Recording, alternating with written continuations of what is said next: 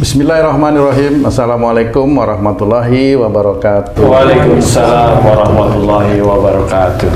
Para pemirsa dan sahabat beriman dimanapun berada, alhamdulillah kita berjumpa lagi di Ustadz Danu Official Channel.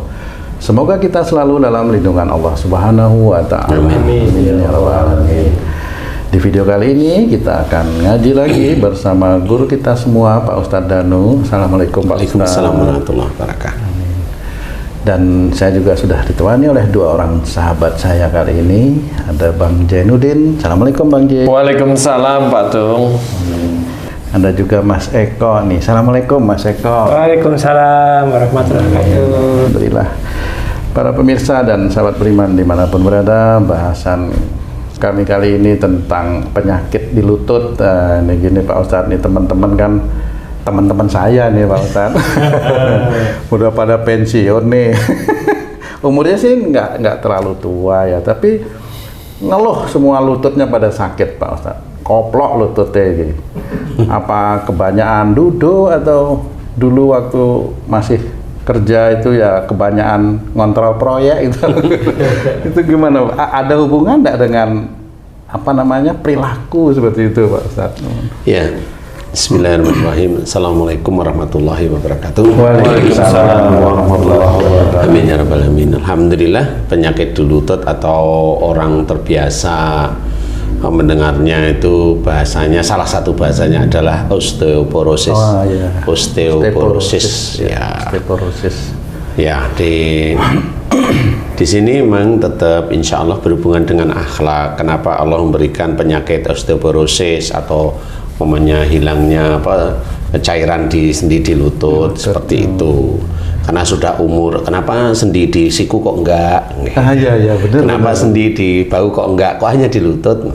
Karena menyangga. Kenapa yang di mata kaki kok enggak? Oh iya. Biarin orang pinter itu juga menjawab kalau memang, oh itu kan karena nyangga tubuh. Kenapa yang di mata kaki kok enggak? Benar. Ya. Ya kalau memang bisa jawab ya alhamdulillah kan gitu ya. Tapi intinya adalah ini insya Allah berhubungan dengan akhlak. Jadi akhlaknya bagaimana sehingga seorang itu cairan di lututnya itu entek habis, kering. Koklok, kering, kiut-kiut pelumasnya. Katanya yang sudah tahu di dalam sini ada pelumas. Tapi yang lebih gampangnya gini aja deh. Lutut itu insya Allah dipergunakan salah satu untuk menggerakkan gerakan tubuh. Ya, ini bergerak, berjalan. Sebenarnya itu berjalan itu menyangga tubuh berarti perjalanan keluarga. Itu tubuh itu saya anggap keluarga, analoginya seperti itu. Nah, kemudian lutut itu akan mengajak berjalan ya istilahnya lebih cenderungnya ke arah fleksibilitas di dalam mengatur keluarga, bukan mengatur fleksibilitas di dalam menjalankan kehidupan berkeluarga. Jadi kalau seseorang lututnya sakit kanan apa kiri, ini kanan kiri belum kita bahas dulu, tetapi dua-duanya, insya Allah di dalam mengatur keluarganya ada unsur kekakuan ya. Marah, ego. Nah, titik-titik inilah yang menjadikan dalam mengatur keluarga, di dalam mengatur keluarga mamanya kayak Haji C dalam mengatur istrinya ini ada marah, ada kekakuan itu istri harus ngikutin. Marah itu karena nggak ngikutin ya marah. Ada ego, ada keinginan yang istri itu harus ngikutin. Ya, dan itu dilakukan setiap saatnya. Karena pada waktu dulu kenapa muda kok nggak sakit? Iya, jarang sekali kan belum punya istri. Tapi kalau ada anak muda yang sakit ya karena dia kaku terhadap orang tuanya. Oh bisa ya Pak Ustadz. Jadi orangnya ngeyel. Nah, nanti nggak cuma osteoporosis, remuk denggule. Kenapa? Ditabrak truk. Nah, bukan dari dalam tapi dari luar malahan. Karena anak ini susah dikendalikan sama orang tuanya. bukan hanya dengkul, kaki juga. Iya sama aja. Makanya kalau di anak muda siapapun termasuk kita ini kalau dikasih tahu orang tua ya nurut, didengerin aja nasihat orang tua. Nah, insya Allah. Jadi kenapa kalau istilahnya itu Quran itu syifa penyembuh itu bukan berarti bacaan, saya bilang bacaan ya bukan doa loh ya. Bacaan itu adalah yang harus kita kerjakan, itu yang menjadi sifat nantinya penyembuh. Kalau wujudnya doa ya memang ada. Rata-rata doa itu kan mohon ampun kebanyakan, yang ada dalam Quran dari doa para nabi itu kan banyak mohon ampun. Nah, osteoporosis ini sendiri adalah dari itu, perilaku-perilaku yang tidak baik yang sering kita kerjakan. Jadi tidak apa-apa kalau ada orang yang nggak mengaku dosa, ya nggak apa-apa, biarin aja. Nanti kan taunya setelah nanti di yaumul hisab.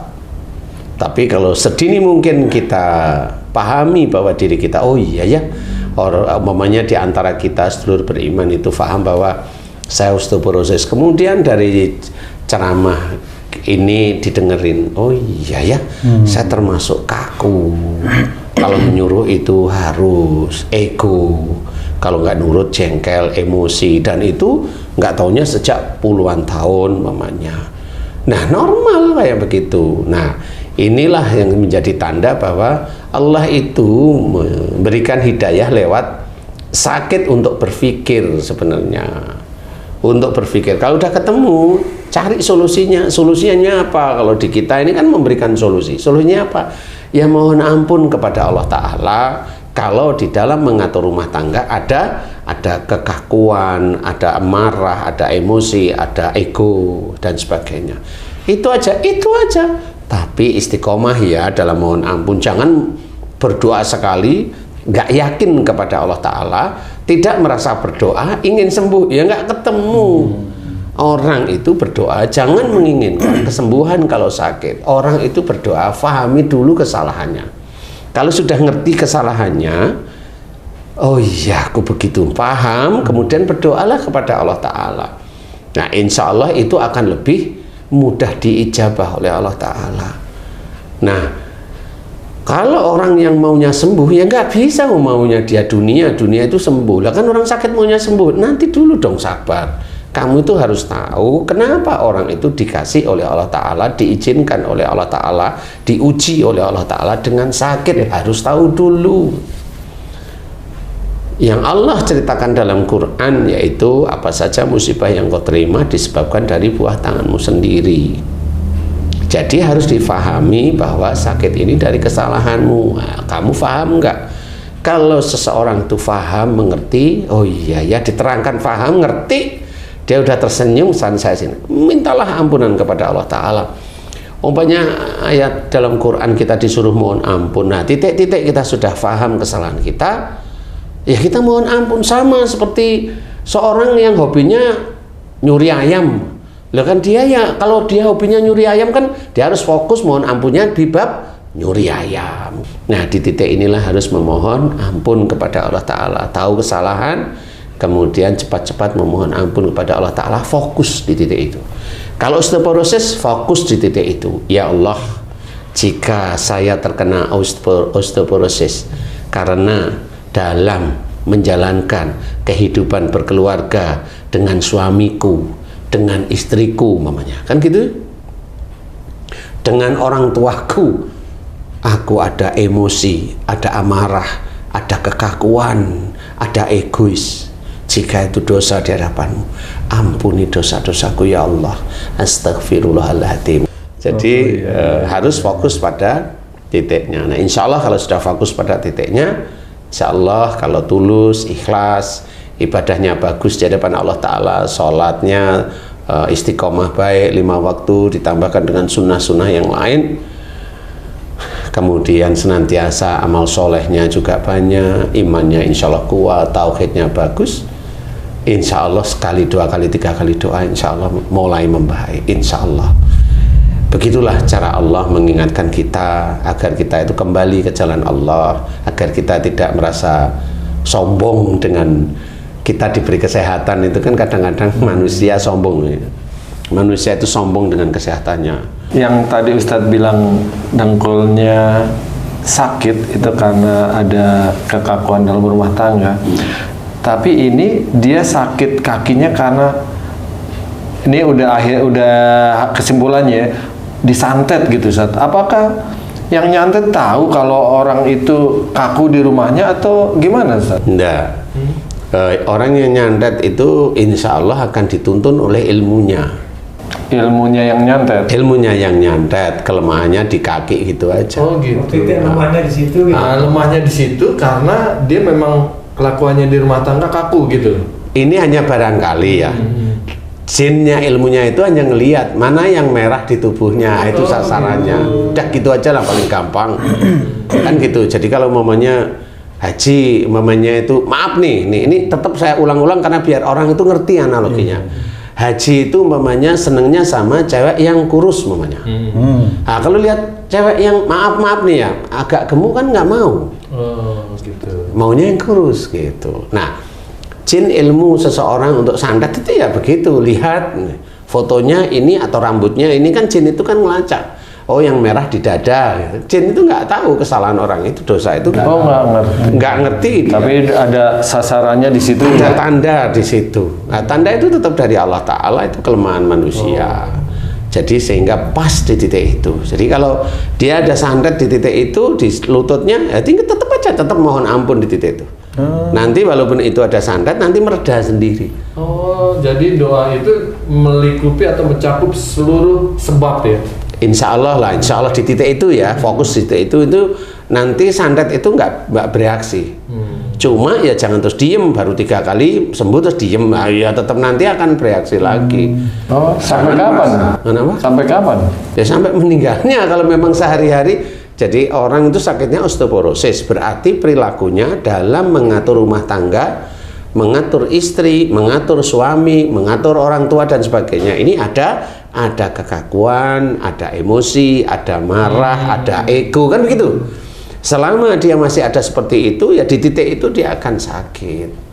Jadi kalau dia sudah mohon ampun kepada Allah Ta'ala dan berubah, kan namanya taubatan nasuha itu kan mohon ampun. Selain mohon ampun apa? Berubah, berjanji untuk tidak melakukan. Nah, di titik itulah sebenarnya bisa nanti dikategorikan seorang itu sudah taubat. Nah, kalau sudah taubat beneran, bisa aja santet di titik itu sementara nggak bereaksi. Atau pindah tempat ke tempat yang sakit lagi. Biasanya nggak di titik itu, karena kalau dukun itu ngejarnya umpamanya di kaki, ya di kaki aja dimasukinya. Umpamanya boneka itu ya ditusuk paku di kakinya, seperti itu, atau ditusuk keris di kakinya, seperti itu. Jadi pengetahuan untuk dukun itu gitu. Jadi bukan karena dia dosanya tahu, enggak, dukun insya Allah nggak akan tahu. Ngomong dia sendiri sirik musik aja nggak tahu apalagi ya. Iya kan ya? Iya kan ya? Bisa tanya juga Ustaz. Tadi kan kalau yang osteoporosis itu kan yang kaki ini menopang badan sehingga ini di rumah tangga. Kalau misalnya dia lebih banyak egonya, emosinya di pekerjaan Ustaz, itu osteoporosis juga atau ada tempat yang lain Ustaz? Tangan. Oh. Jadi kalau di pekerjaan rata-rata di tangan. Insya Allah ya rata-rata di tangan. Jadi baunya sengklek. Ya seperti itu. Bahu bisa, sini juga bisa. Ya, kalau siku enggak bau biasa rata-rata. Ya. Bagi teman-teman sedulur beriman, kalau ada osteoporosis, dengkul koklok istilahnya kalau bahasa Jawanya, insya Allah doanya seperti tadi ya. Ada osteoporosis, doa seperti itu dan khusyuk pada Allah Ta'ala berubah. Insya Allah kalau hanya cuma itu, insya Allah Allah akan memberikan kesembuhan. Insya Allah tidak sulit kok itu. Ya, kalau mamanya, oh ini karena berat badan, iya enggak apa-apa, silahkan nanti makannya dikurangi. Biasanya nasi putih ganti nasi hitam kan gitu. Iya benar. Harus diganti. Biasanya nasi putihnya banyak, ini nasi hitamnya dikit, kemudian sayurannya banyak, hanya tempe sama tahu. Sekali-kali dada ayam bolehlah. Nila Pak Ustaz. Ikan nila boleh, ikan lele boleh, tapi jangan terlalu banyak ya. Insya Allah seperti itu, badan mulai membaik, mengecil daripada gemuk. Ini juga faham bahwa ini dari lutut, itu dari kesalahan dan dosa-dosa kita. Ya, insya Allah itu akan diberi kesembuhan sama Allah Ta'ala. Insya Allah, amin. Wallahu a'lam. Alhamdulillah. Terima kasih banyak penjelasannya Pak Ustadz. Para pemirsa dan sahabat beriman dimanapun berada, mudah-mudahan tayangan kami kali ini bisa bermanfaat untuk meningkatkan keimanan dan ketakwaan kita kepada Allah Subhanahu wa Amin, ya taala. Saya Tung pamit diri, sampai jumpa di video kami yang lain. Wassalamualaikum warahmatullahi wabarakatuh. Waalaikumsalam warahmatullahi wabarakatuh. Alhamdulillahirabbil alamin.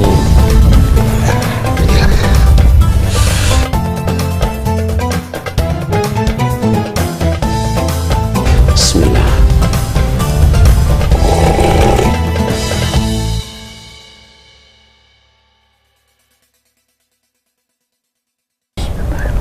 Alhamdulillah.